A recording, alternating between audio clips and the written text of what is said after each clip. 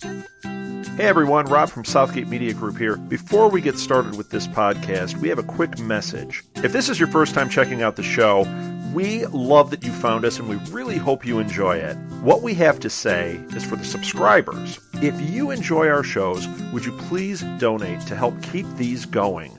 We don't want to have to put traditional ads on these shows, but this does cost money. So we really do rely heavily on donations. To make a donation to the show, please go to our website, www.southgatemediagroup.com. Go to the page for the show, and in the upper right-hand corner is a donate button. It takes you right to PayPal, and you can donate whatever amount you want. Thanks a lot for listening, everybody. And now, on with the show.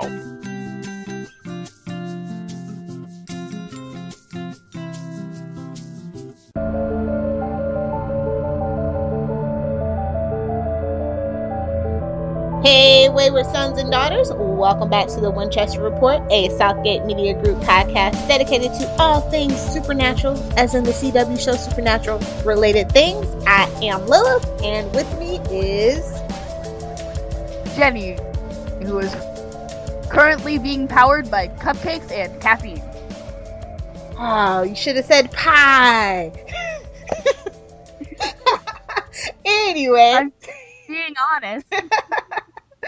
Up for discussion today is episode 1103, The Bad Seed. God, I love that title. And it is actually pretty relative. So, of course, this episode was directed by Jensen Ackles, my favorite supernatural director, let's just be honest.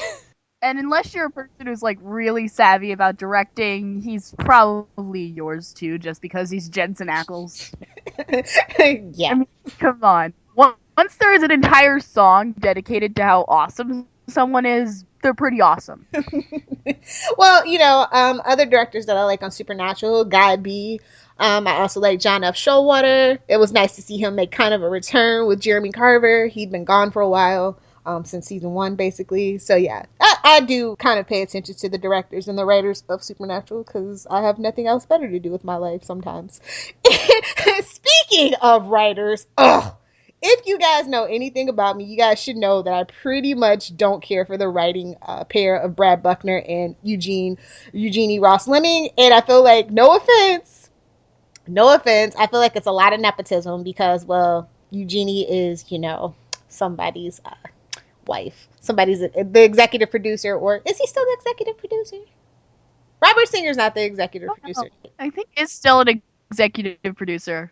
But just in name, not really on the day-to-day like he used to be. So yeah, that's how I feel about that, and we'll just keep moving. The synopsis for this episode is, with Castiel's condition worsening, Sam and Dean go on the hunt for Rowena, yay, to remove the curse on the current state, and as Mara begins educating herself on the current state of the universe, Crowley attempts to manipulate her for his own personal gain, and it backfires, like we knew it. Crowley, you learned your lesson. Never. He's got a thick head, Come on. which means he's got a soft behind. At least that's what my grandma would tell you. Oh, so yeah, finally the boys are back together. But not for that long, but at least they weren't separated for like another 7 episodes. So that was nice. But let's just talk about Rowena, man. I missed her. Do you like Rowena? She's not the worst thing. I think she has potential to actually become a really important character. But for now, let's just let them keep capturing her so that we can give her more detail. I don't know. Sometimes that kind of backfires. But I just like her as a peripheral character personally. I love how she just kind of was in the car with Sam and Dean. And she's like, oh, he didn't know about that? And Dean's like, I thought we said we weren't keeping secrets. And I'm like, you're Winchesters. You literally have to wind your DNA and take that freaking gene marker out. But yeah, she's manipulative, and even though it kind of breaks the canon of it all, I do like this kind of version of witches that they've kind of put together since she showed up. Yeah. But let's talk about the real star of this episode, Amara. How are you liking her so far? I like that she just pushed all of Crowley's opinions aside. Like, no, I do not want everyone to be evil. Well, if you don't want everybody to be evil, what do you want? I like the conversation she had with herself in the mirror. It was weird, but it worked. Yeah, that's something new. Then again, this entire thing is new. I don't know if we should all be like stocking up on holy oil and salt if like Dean and Sam are like dependent on God coming back to do his job. Like that worries me when Sam and Dean are like, well, it looks like God's our last hope, and I'm like, oh no. Oh no. And then they're also looking for Metatron, and I'm like, oh no, please no. Yeah, I think they should actually ask Lucifer for help, because he was the original holder of the mark. He probably knows something, and the cage is apparently open. Or Michael, played by the lovely Jake Abel. Whatever, whoever. Although I do love Mark Pellegrino, but he is busy on Quantico over on ABC at the moment. And I don't want Sam to have to be a meat suit again, even though he did it so wonderfully. I mean, if he wasn't an archangel, I'd just say, dude, take a different vessel. Exactly. Oh, but yeah, something has to come of all this chatter of God and the cage being open, and I believe they're breadcrumbs. I believe we heard over Comic-Con that like they were planning on bringing God or something of that sort. So I don't know. I don't know if they were just teasing us because, and well, Eric Kripke's gone.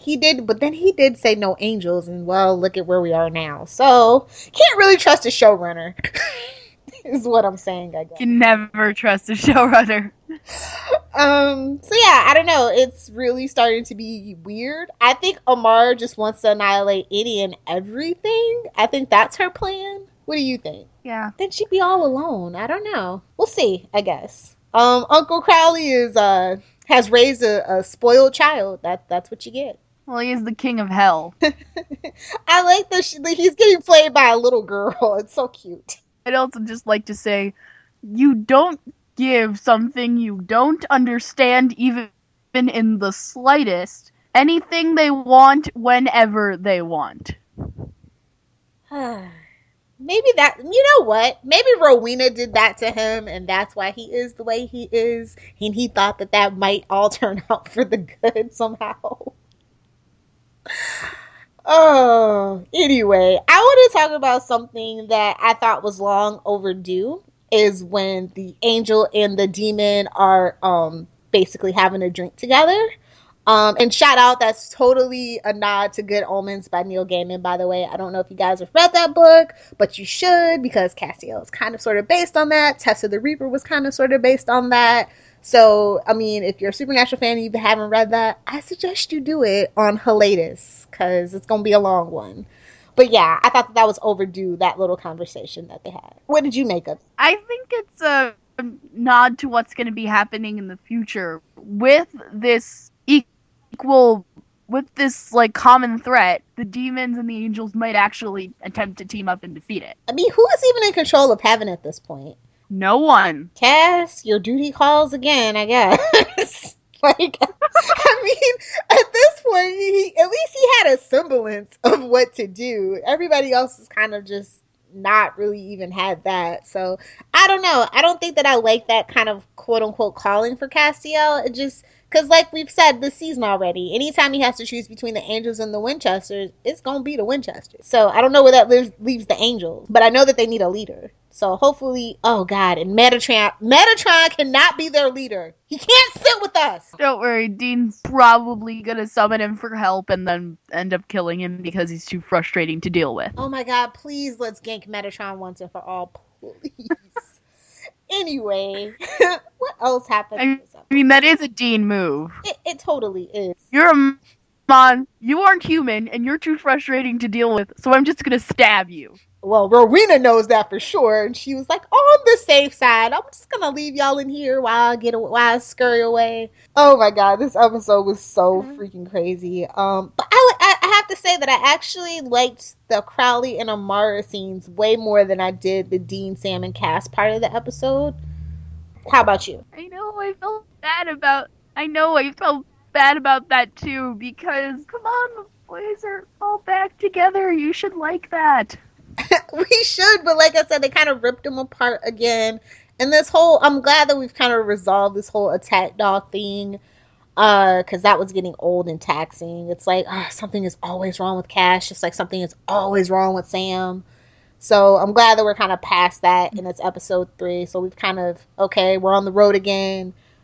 The audience knows way more, obviously, than the boys. And I don't know how I feel about that. I don't know that I like that. Do you like that? Much dramatic irony. Such wow. Such wow. Oh my god, we're memeing right now? Okay. I even like the Rowena parts for the comedy effect. But Mega Coven is an awful brand name. She needs to get with a PR specialist and a marketer and really work on that. Because well, Mega is more than great. So it is, but I mean the world of language is so beautiful and elegant, and you can only think of Mega. Okay, how long have you been on this planet? Oh yeah, since the Middle Ages. You know, I mean, they were much more long-winded purple prose kind of people back in the day. That's all that I was saying. I don't know if that was supposed to be like the dichotomous like thing of it all, is that it was just something so simplistic and kind of gross, really, when you think about it. Just Mega, just a weird random word. Anyway, I don't know, like she kept they kept pushing that joke, and that's a total Buckner Ross Lemming kind of thing to do. So I was just like, okay, nobody likes it. Just leave it alone. Anyway, I like that. Oh, shout out to Crystal, who is one of my co-hosts over on Channel 52. They were in Denver, Colorado. The biggest city close to where you live. I think that's like one of the first times we've actually been to Denver, Colorado. Although we didn't really stay long, but whatever. No worries. I like when we go to new places.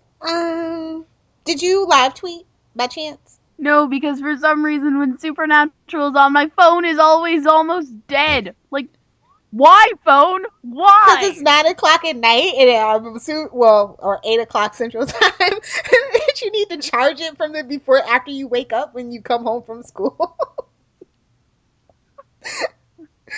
Oh yeah, I heard some people were live. I didn't get a chance to live tweet because I have a programming conflict, and I try to stay up for the West Coast airing, and I'm just like, ugh, I don't want to get up from my nap. I just want to sleep. But I'm gonna work on it. I'm gonna live tweet next week again, definitely. But yeah, I just love that. I love Jensen directing. I loved all the behind the scenes photos that we got for this episode. Him with the little girl.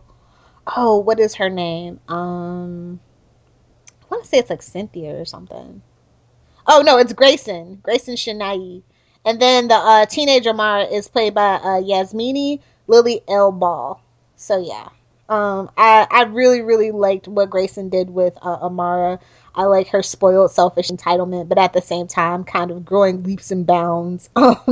Of course she's listening to Hitler's Nuremberg speeches. Of course she is. What'd you think when she ate the nanny? Of course she's gonna eat the nanny. She is the child who eats souls. Not one, but 2 of them. Oh, that was so perfect. But what is with Crowley being a paper pusher? Like, oh my god, the clipboard and the schedules of whose entrails get to be fed to the rats and what? I thought we were done with that Crowley the last time he tried to reorganize hell into a long waiting line. It's weird what they've chosen to do with Crowley as King of Hell, because, you know, a couple seasons back they introduced that he had a court and whatnot, but at the same time, you're the King of Hell, you know, like, politics aside, who's really gonna go up against Crowley other than Sam, who is the rightful King of Hell? I'm just saying, which is why they don't really get along too well, because he's the rightful heir and all that stuff, and I've been waiting for them to bring this up, but they won't, because that's so Eric Kripke ago. Yeah. I honestly don't think Sam is going to die permanently for a while, so Crowley has until Sam dies permanently. So never. Okay. Crowley has all the time in the world is what you're saying. Okay. I don't know. No, they're still human. They still live, like, average human lifespans. They're just doing a lot with them. Way too much, if you ask me. I mean, not that that's a bad thing for the show, but like if we were talking about this in like practicality of like if this was real, man, it'd be like, man, every hunter would be like, you know what? Let's just gank them when they don't see it coming because we're tired of them setting Armageddon off every freaking spring. Well, fall. No. At the end of the season in May, without a doubt, around Sam's birthday, all hell literally breaks loose every year. Just so bad. And it's worse and worse every time. Which Rowena brings up. I kind of like that she brought that up. She's like, what new hell has Dean Winchester unleashed on Earth? And I'm like, exactly. I don't know where this darkness story with Dean is going, but I'm curious. Because we kind of opened the episode with him remembering their conversation again. So there has to definitely be something to it. There has to be this really weird twist. We need to speed this along, though. That's all. I just want to know what exactly they're going to do with the hell flashbacks that we saw. Like, come on!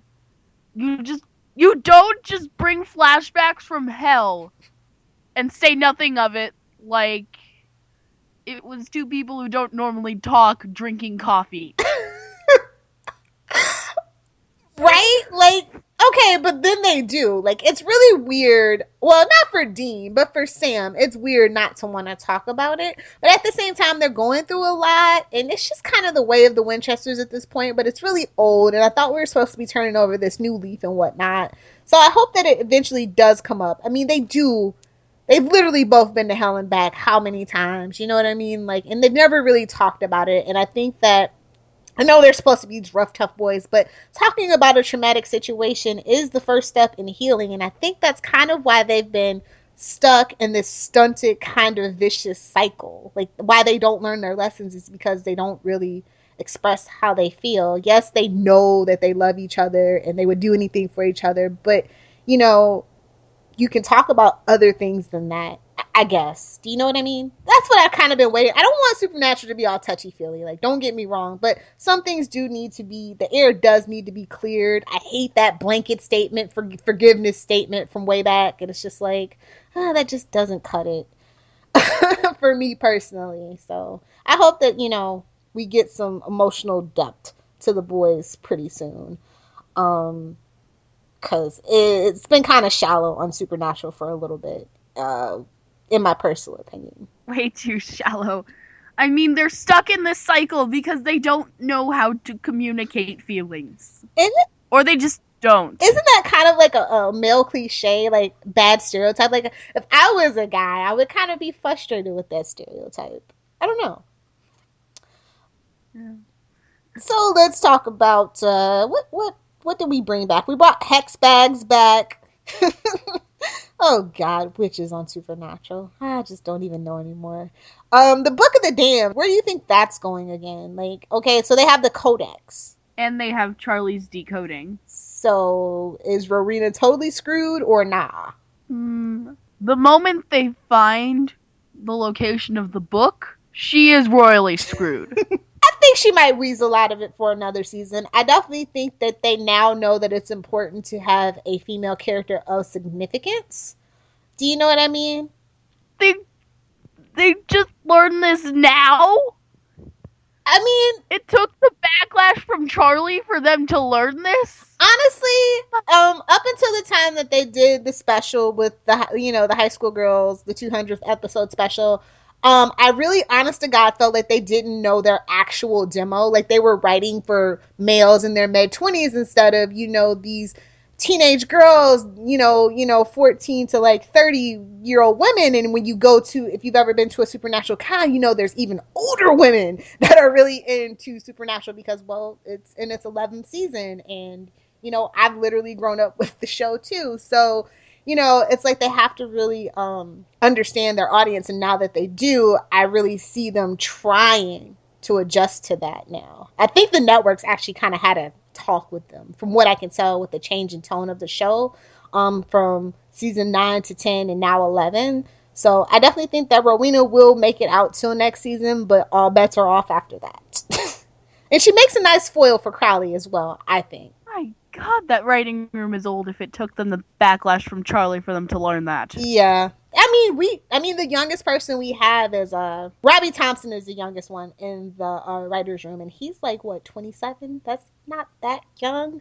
Or something like that. So I don't know. I definitely think that they do need fresh blood in the writers' room at this point. We keep bringing back like older writers like Eric and Nicole. Like, no offense to them, but the show that they left Supernatural for a ringer only lasted a season and was a hot mess. Even though I personally liked it, it was a hot mess.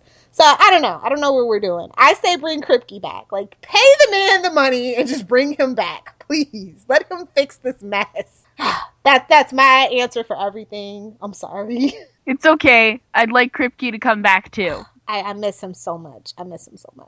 Anyway, I like that. I wonder if we're ever going to find Castiel's Pimpmobile again. I miss that car.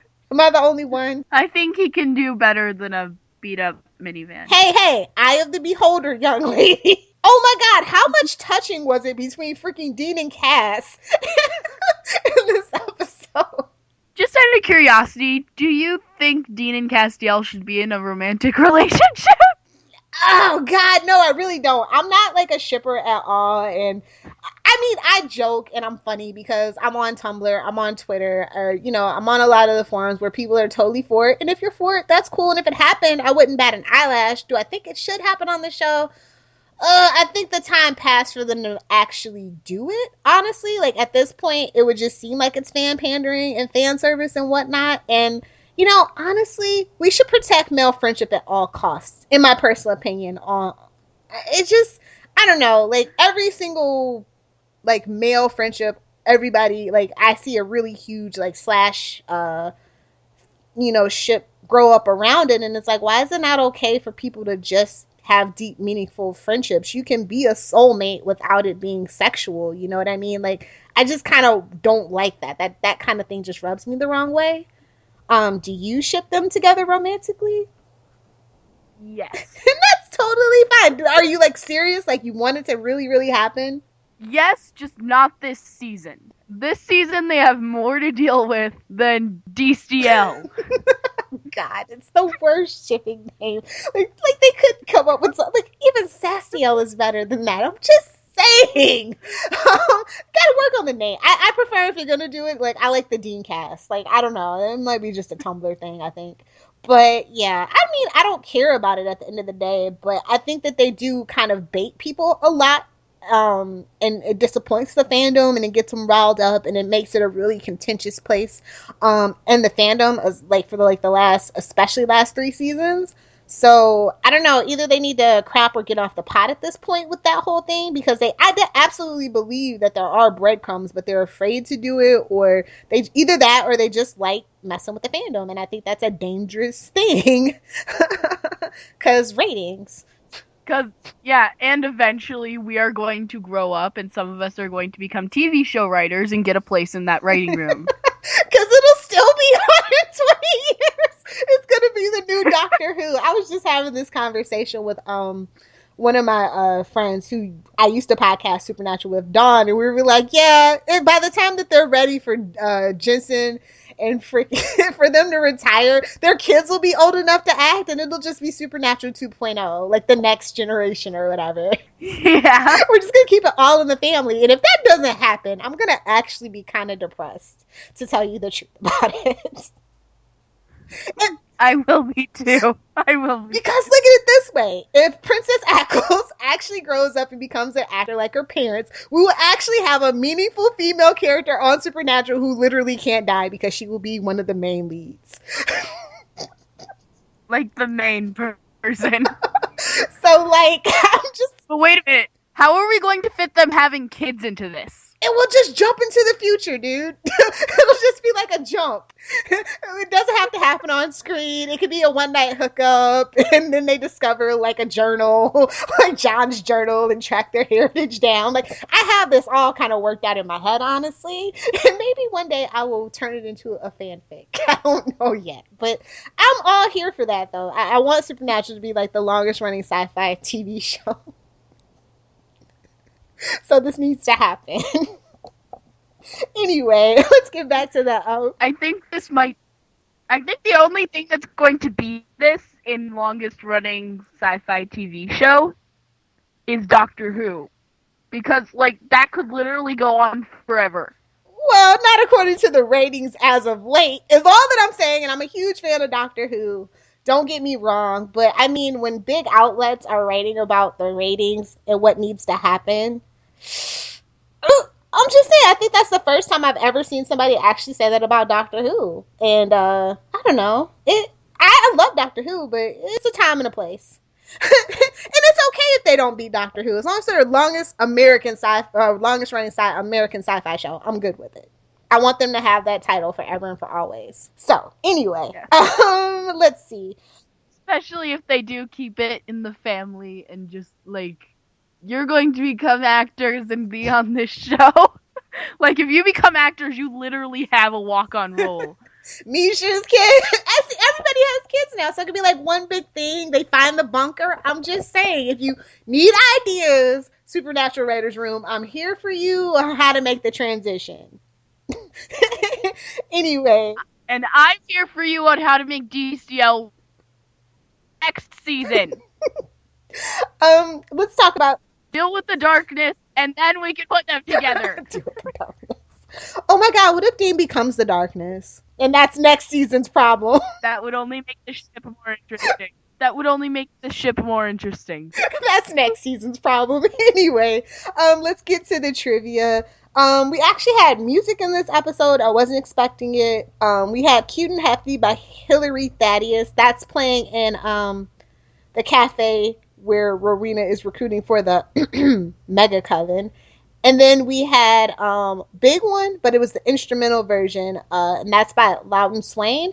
And that was in the bar where the angel and the demon have a drink together. And Cafe Alta is actually named for Danielle Ackles. That's her actual birth name, so I thought that was really cool in an episode that Jensen Ackles directed. I was like, oh. I mean, of course he's going to give a shout out to his kids.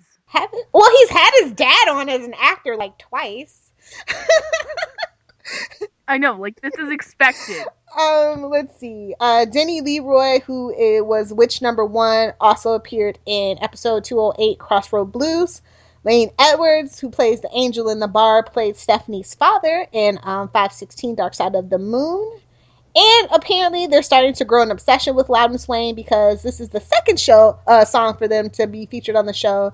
The first one was Worlds Collide from the album Eskimo, which was in Slice Girls in the 7th season. So I think that that's pretty cool. Let's see, references. Like I said, The Bad Seed, it gets its name from the movie, and there's also a book about it, and it's about an 8-year-old girl who's a sociopath. If you haven't seen this movie, it is Halloween season, guys. You need to find it. I'm pretty sure it's on every video on demand site. Watch it. It's such a good movie. Speaking of that, you might be going through video on demand sites if you have been preempted by the sports games for not just Supernatural. There are other shows that are getting preempted. Oh yeah. See, I don't have to worry about that. I live in the Tampa area, and all we have is like a baseball team and like a football team that they play on Sundays, like for the most part. Like I never really get interrupted on the CW specifically for my shows, knock on wood.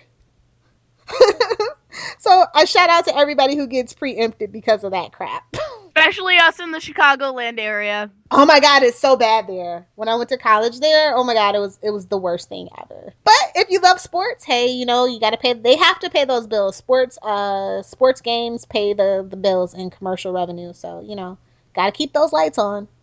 Ooh, we got another Taylor Swift reference in this episode. Anyway, let's talk about who was your favorite character this episode. Amara. Me too! Yep. She's interesting. I'm totally fascinated by the conversation they had in the mirror. I like how she realized what Carly was up to, and she's getting the best of him. Do you have a favorite scene? The very end of the episode. I'm serious. It looked like she was about to eat Crowley. He thought so too. I said I'm hungry. And I was like, yeah, me too, same. I'm always hungry, though. It's not a surprise. Yes. I definitely think my favorite scene is the angel and the demon walk into a bar. But That's I love Good Omens. I love when we make references. We haven't had a Good Omens reference in a really long time outside of Crowley in and of himself. I also kind of liked when Cass is beating him up, and then fast forward to the bunker, and he's like, "Hey, I'm sorry about that." And Dean's like, "Yeah, I had it coming one way or another." Do you have any favorite lines? I'm more likely to have favorite lines in a movie than a TV show. Oh, I actually thought the dialogue was pretty solid for a Buckner Lemming Ross production. I usually find their dialogue atrocious, so I can say something nice about that for them. I liked the Amara conversations with Crowley, but specifically when she says, "Every time I take a soul in, I feel how much emptiness there is." And Crowley's like, "Yes." And then Amara's like, "God made the world where people have to suffer and then die." Crowley, "Unfortunately." And then Amara's like, "But frankly, why would you want to live in such a world?" Like that's kind of like, she's having that existential crisis that I think a lot of people go through at least once in their life. So I like that they're trying to be pseudo deep, I guess. Like I really feel like something can come of this. It's like I said, Supernatural has kind of felt superficial and shallow for a while, so I am here for them kind of exploring those questions, kind of akin to how season 4 and 5 did. Some of my favorite seasons. So if we could get back to that would be great. Yes. However, Amara is, while she is the main focus, she is not one of the 3 main characters who are still incredibly shallow. We'll get there. I think, okay, as a comic book nerd, there's a saying, a hero can only be as great as his arch nemesis. And they really haven't had, it hasn't really been about the boys. Do you know what I mean? It's been about Cass. It's been about Crowley. It hasn't been about the boys in a very long time. And I think with Dean's tied to the darkness, like this time it's personal kind of thing, that it could end up opening up the story and to make it less shallow and superficial. And the stakes be a little higher. Which is going to be a good opening for Destiel! We'll see. Like, I definitely think that nobody who lives in the bunker is ready for a relationship because there's just such flawed and broken people and they're not open and receptive to it. Like, they're barely open and receptive to that, familial love. So, everybody needs to be worked on at this point to be opened up for anything to come up. Yes. Like I said, not this season, next season. So what about that grade? Another awkward silence. We say it like we mean it here on the Winchester Report. I'm actually going to say a 7, mainly because they're finally not all shallow. And which is? I will actually give it an 8.5. I thought it was a vast improvement over the first 2 episodes. I'm really loving this Amara thing. I like Crowley getting his comeuppance, so to speak. So I find all the dynamics in the moving parts very fascinating. It's shaping up to be a super interesting season, and I can only applaud it. And I'm really surprised that I'm saying this about a Brad Buckner and Eugenie Ross Lemming episode, but I think that Jensen Ackles did a really great job directing, getting the best out of everybody as well. So kind of this really good synergy, because I think they've literally wrote every single episode he's ever directed, and with the exception of maybe season 8, I liked them all. So maybe that's what they need to do. Let Jensen Ackles direct all the episodes that they write to elevate the material. And we get to see more of Jensen Ackles directing stuff. Just, for when if he ever does leave, he does have a lot of directing under his belt. He reminds me of Jason Priestley, where he kind of stepped out of 90210 and he went on to be, direct a lot of episodes, and he still directs every now and then. Very cool. Leads a very quiet life. I just kind of see Jensen, once Supernatural's all said and done, kind of living that quiet life and directing every now and then. And I would like that for him, because he seems to really like it, and he's really good at it, in my personal opinion. I mean, if he can make their writing a good episode. Yeah, exactly. Do you have any fanfic or fan art that you want to share? Fan challenge, and remember the songs I mentioned. Remember the song I mentioned about, of course, Jensen Ackles being awesome? I think that technically counts as fan art because they've done one about okay, Jared that's and cool. Misha. I have a fanfic, and it is called, is it complete? I like to recommend complete fanfics. It's called Rabbit, and this one is on fanfiction.net. It's called Rabbit by Mama Pranamaya. And it's like, she's asking the question if Sam is still infected or is it something else. It's about like missing scenes and stuff like that. I thought it was really good. It had really lots of good character development, and it was in character, so that's always good. It's about 6,000 words. It's got Sam and Dean and Destiel in it, so I found it really interesting. So if you guys want to check that out, Rabbit, over on fanfiction.net. It should be at the top when you search for supernatural fanfic, so it should be like the second or third one. And I will put the link on the Facebook and in the show notes. So yeah, that is my contribution. So let's get to shameless plugs and self-promotion. Yes, follow me on Twitter at queer_llamacorn. Instagram, spoopy Twitter girl 81. Also with underscores. As for the podcast, you can find us on Twitter at Winchester Report without the T. And we are on Facebook, facebook.com/The Winchester Report. And you can find me on Twitter at Lilith Hellfire. And actually, by the time this episode is live, my actual website should be live. So you guys can find me at lilithhellfire.com.